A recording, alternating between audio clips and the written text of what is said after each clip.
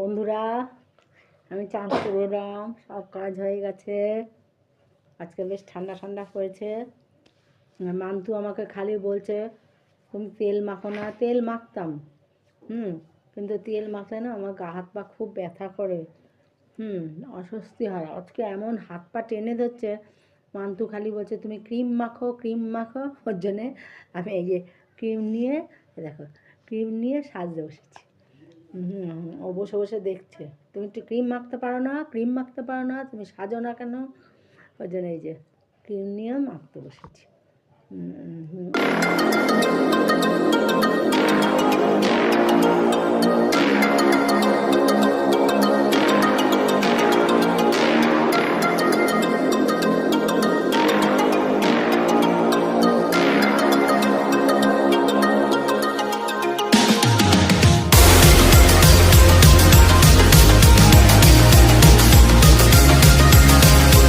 বন্ধুরা, আমি এইমাত্র বাজার থেকে এলাম।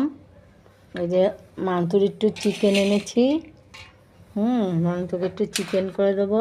মানে মান্তু চিকেন খায় 1 পিস। আলু একটু ভালোবাসে।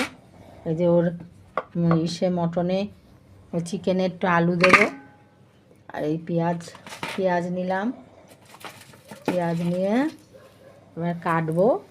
এই দুটো ছোটো ছোটো 4টে আলু দিলাম, এতেই হয়ে যাবে। এতেই হয়ে গেল। এই দেখো গ্যাসে ভাত হচ্ছে। এই যে চিকেন, এই যে আলু, ও আলু দুটো বেশি খায়, আলু পেঁয়াজ। এই যে কড়াই বসিয়েছি, এবার রান্না করব। মন তো এখনো ঘুমাচ্ছে।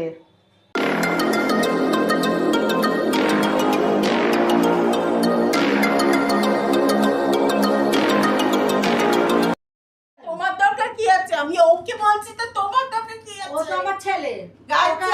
ওকে বললো আমার গায়ে লাগবে, তোকে কেউ কিছু বলবে না। তুই ওকে বললি কেন? ও তো ভাই, এই যে কিছু আনলে মা ভাইকে দেবে না। কিছু আনলে মা ভাইকে দেবে না, তখন বলিস কেন ভাইকে দেবে না? কি বিকেলে কি আর ভাইকে তুই ঠাস করে একটা আদর কর। না, আমি আদর ঠাদর করতে আমি না কেন ভাইকে তো আদর না। আমি পুটকুলুকে আমি ভালোবাসি, টুকুকে ভালোবাসি, এইটুকু। আমি ওর নিনিকে ভালোবাসিস না? করে প্রণাম। নিনিকে ভালোবাসিস না?